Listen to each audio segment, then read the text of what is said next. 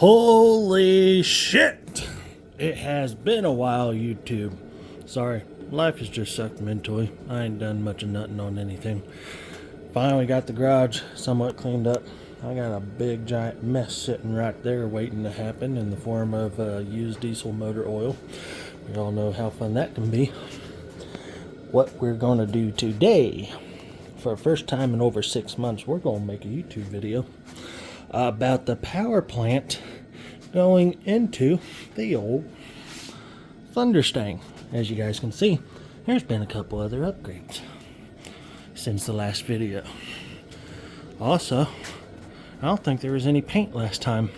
There's paint now, and there's suspension. That's going to be a whole different video though. Sorry for the delay. Probably most of you don't even care about the delay, because I only got like 200 something subscribers anyways.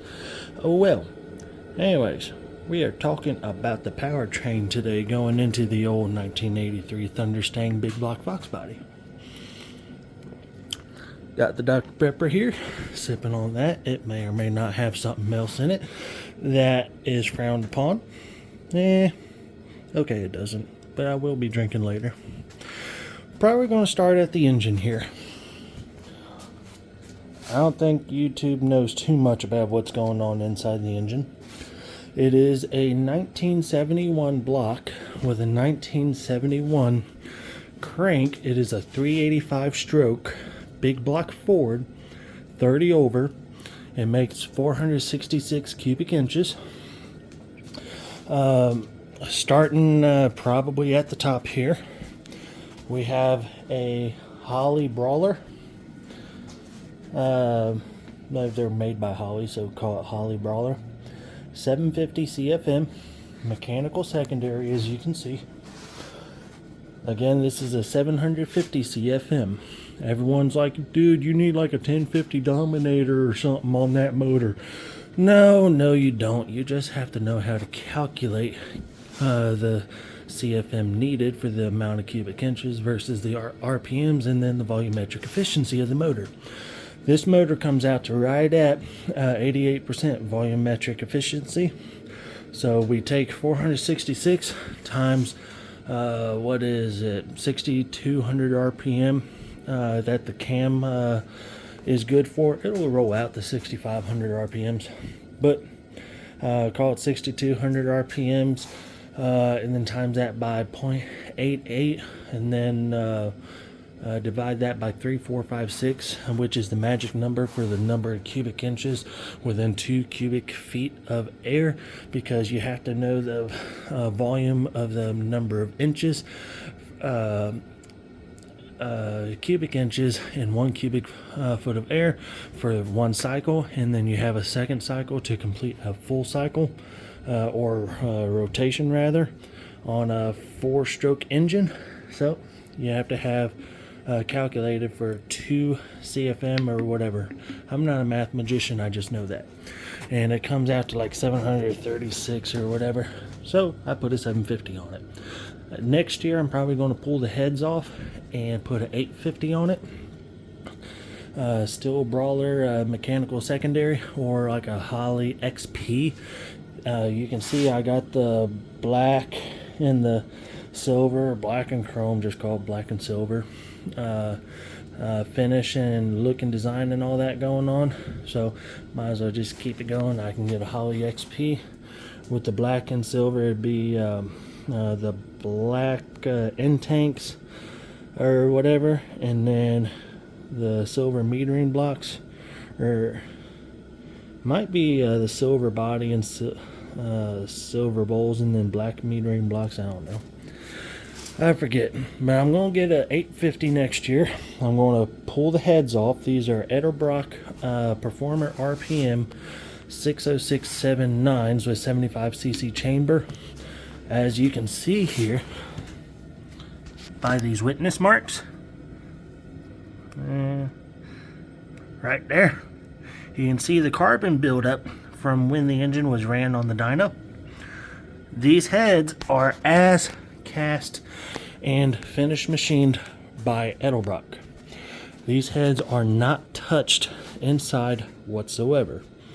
The only porting or anything that's been done, excuse me, is matching the runners on the intake to the ports on the head. There is no actual porting, it's just gasket matching or port matching. This engine at 6,000 RPMs made 610 horsepower. It was starting to choke at 5,200 RPMs because of the 750 Brawler carburetor on it. But this is a street car with a lot of kind of drag racy like stuff on it. So I'm not going to often have this thing north of 5,000 RPMs. Probably not going to often have it north of 4,500 RPMs. So for the time being, I'm going to keep the 750 on it because the cam that's in it is designed to idle at 1,000 RPMs or else it'll choke out. On the dyno, this engine idled all the way down to 650 and didn't even choke out once. Getting back to the parts selection, as you can see, we have Edelbrock Performer RPM air gap.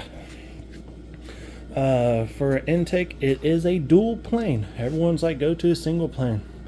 Those don't have good bottom end torque for the street.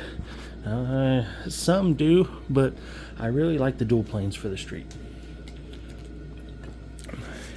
Anyways, I might keep this intake in the future when I switch to the bigger carburetor and have it massaged a little bit, but there's not too much you can do with dual planes short of spending an awful lot more money than what it would ever be worth trying to hand die grind it out and clearance it out and such. So might as well just get a whole different intake at that point. We'll cross that road when we get there. MSD Pro Billet Distributor. There's your part number just in case. Moroso billet oil pump. Not sure of the brand. I think it says PB down there, trying to get you guys a good angle. Yes, I do have the crank bolt for it. It's just not in right now because he was using the mandrel for the whatever it is, the mechanical drive. Oh, what the hell is it? I can't think today. The mechanical drive fuel pump on the dyno. So the crank bolt isn't in, but I do have the crank bolt for it. It's a ARP crank bolt. I think that's a Aeromotive timing pointer. I apologize for the horrible light. Let me see if I can turn the light on real quick. Get you guys some better light. No, it's not going to let me. Oh well, you'll live. But just standard dampener, 4-bolt setup. Nothing fancy at all. This is like a $175, $200 dampener. The damn timing pointer I think was like 100 or 120, something like that. The heads were, I got these heads when they were still $1,200 a piece. I think they're $1,300 a piece now. This damn water pump is like $560, but it took 6 weeks to get a hold of because Jags was being a pain in the butt, but finally got a hold of a manager and got it straightened out, and all is good in the world now. Got all ARP hardware all the way throughout, aside from the hardware that come with the built water pump here. This is the only set of head studs I could find at the time when the engine was being built. They are ARP, but they're hex bolts, not the 12-point. They're exactly the same as the 12-point, just aside from the bolts there. I got a brand new set of head studs in the house that are 12-point for another motor I might be building in the future. We'll see. The valve covers are Mr. Gasket by Holley. We know Holley is a massive umbrella company nowadays, and they own like a cajillion different freaking companies. Need another shot of the good stuff. My bad. Getting into the motor, we have Comp Cam's Ultra Pro Magnum roller rockers. They are a full roller, 360-degree roller on the trunnion or the body, and they're a full roller on the tip. Stock 172 or 173 ratio. I think they're 172. Manly 3/8 push rods. I think they have some fancy like tool steel end or whatever on them, not sure. But they are Manly 3/8 push rods. We have comp cams, retrofit, big block forward, .848 bore, whatever it is, roller lifters, hydraulic roller lifters. Comp cams 34609-2, billet stick, 579, 564. That's total lift. I don't remember exactly what it is at 50. I think at 50 it's like a 255, 248. I have no clue. Don't ask me. Look it up. It's a 34609-2. But it's a big mother thumper, hydraulic roller setup, dual timing chain or double timing chain, whatever it is you want to call it. Like I said, it's a 71 block. I think I told you the heads are 75 cc chambers.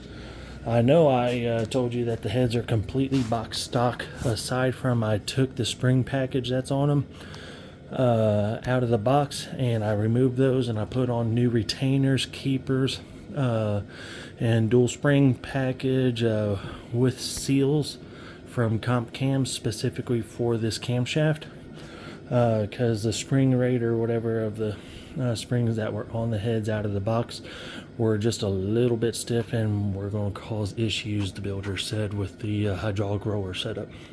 So went ahead and what was it, like $120, $130 for a set of springs. That's nothing, so I went ahead and did it. Not 100% sure. You know what, I am 100% sure this is a Canton Racing. It's not a locking. I need to put a new O-ring on that because it's not even staying in. That sucks for you, Canton Racing. That's not very good quality. Haven't even ran the thing yet or put it through heat cycles, and it's already not staying in there. But Canton Racing, fancy style dipstick, set up to mount on the firewall or somewhere on the motor if I found somewhere to mount it on the motor. Canton Racing oil pan for big block forward into a 79 to 93 Foxbody. It does have a full windage tray in it. It has the upper windage tray with the steel grating and such for oil slosh back, and to help bead the oil up beneath the crank. It does have baffling in the bottom of it to control the oil.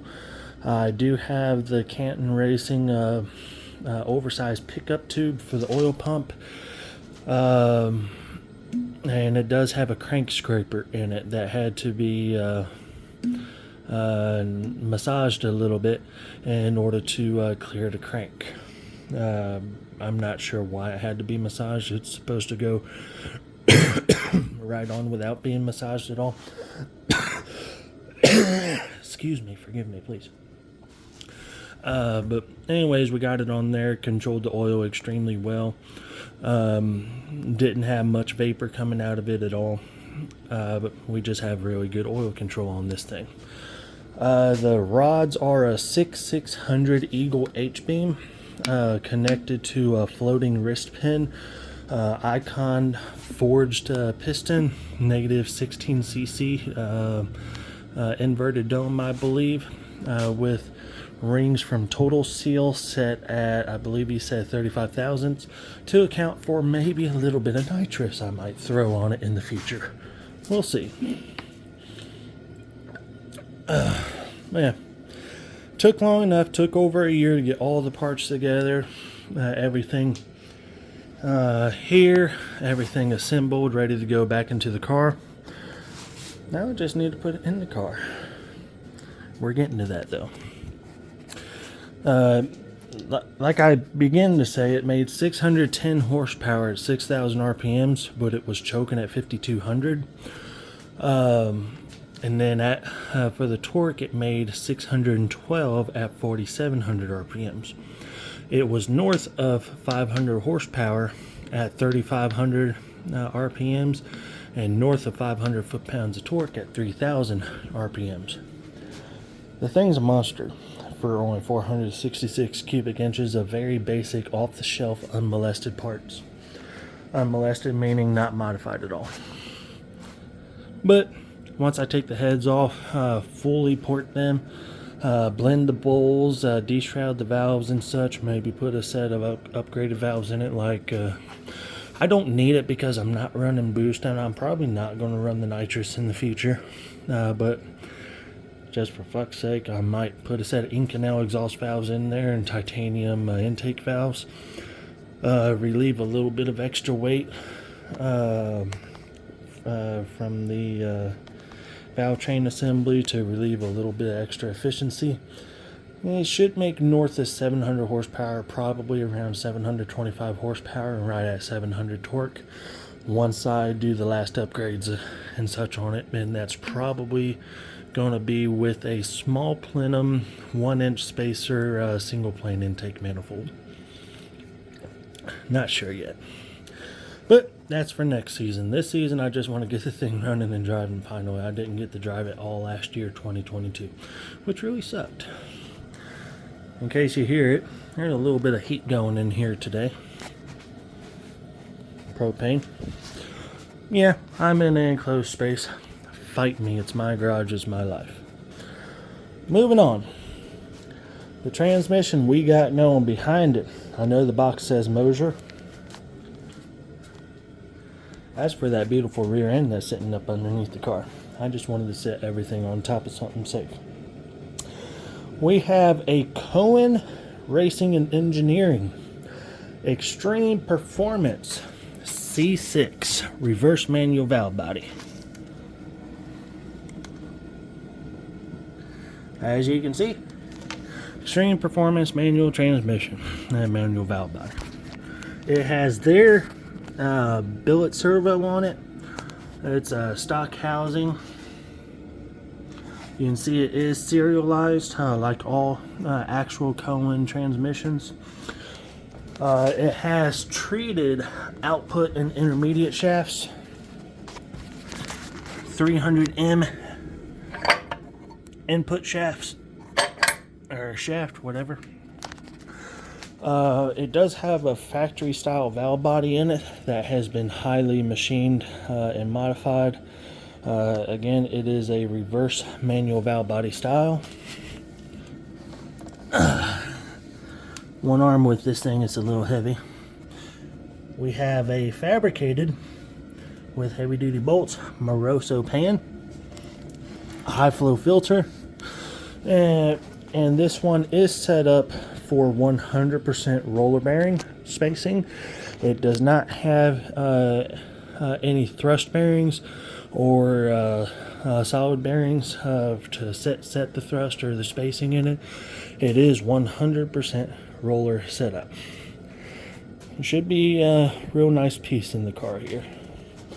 Moving on, we have the I think it's a 10-inch, might be a 11-inch billet cover. You can see the part number there. Billet torque converter. This is a ultra efficient torque converter. It is 4,000 stall. Yes, in a street car, 4,000 stall. Oh, by the way, I do not have a trans brake on the transmission. I might do a trans brake on a TH400 in the future on the next motor that I build, and then this setup will go into like a F100 or something else, not sure yet, but no trans brake this go around. Back to the converter. It is a ultra high efficiency. It has their billet super sprag. I don't remember exactly what kind of stator it has. I don't think it has the billet stator, but it does have a highly upgraded machined stator in it. And this torque converter was designed specifically for all the components in this engine, so that I will get 4,000 true RPMs of stall out of it, but it is set up to be ultra efficient so that when I'm driving around town, I can drive it around. It's only revving up to about 18 to 2200 RPMs. It's not flashing up to 3000 plus just trying to get going from a dead stop. It's not going to be one of those horrible street driving converters. It's going to drive around like grandma's car until I put my foot in it and make her scream. As for a flex plate, we went a little bit crazy, as you can see. This is a Mazir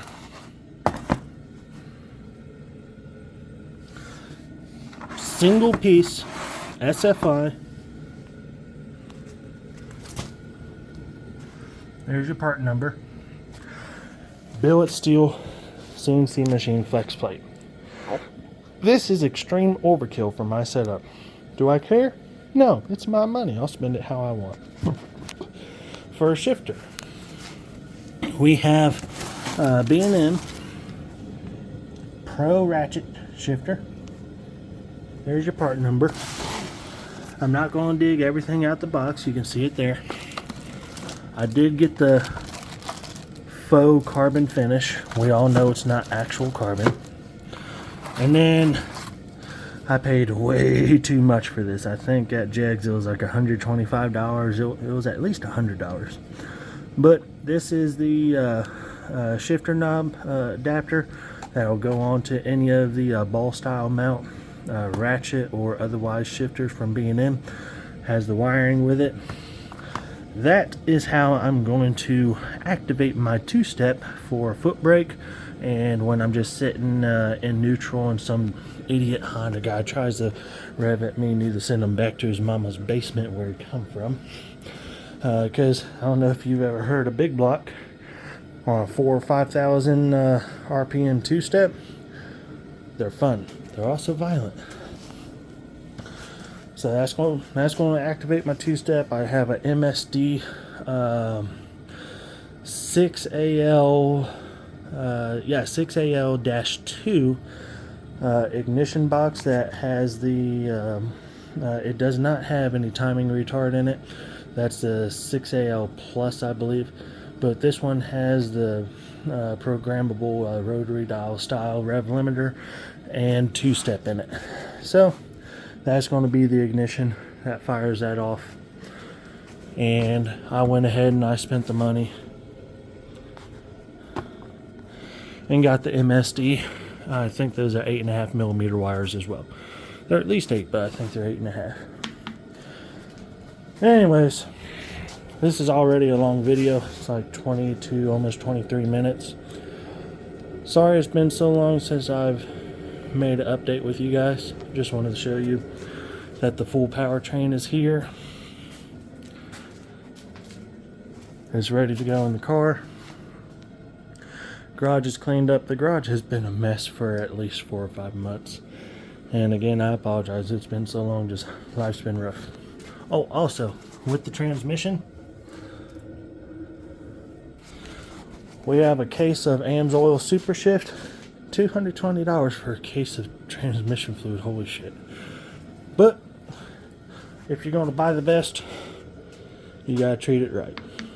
And if you're going to spend this much money on a transmission, might as well spend a little bit of extra money on some fluid to control it.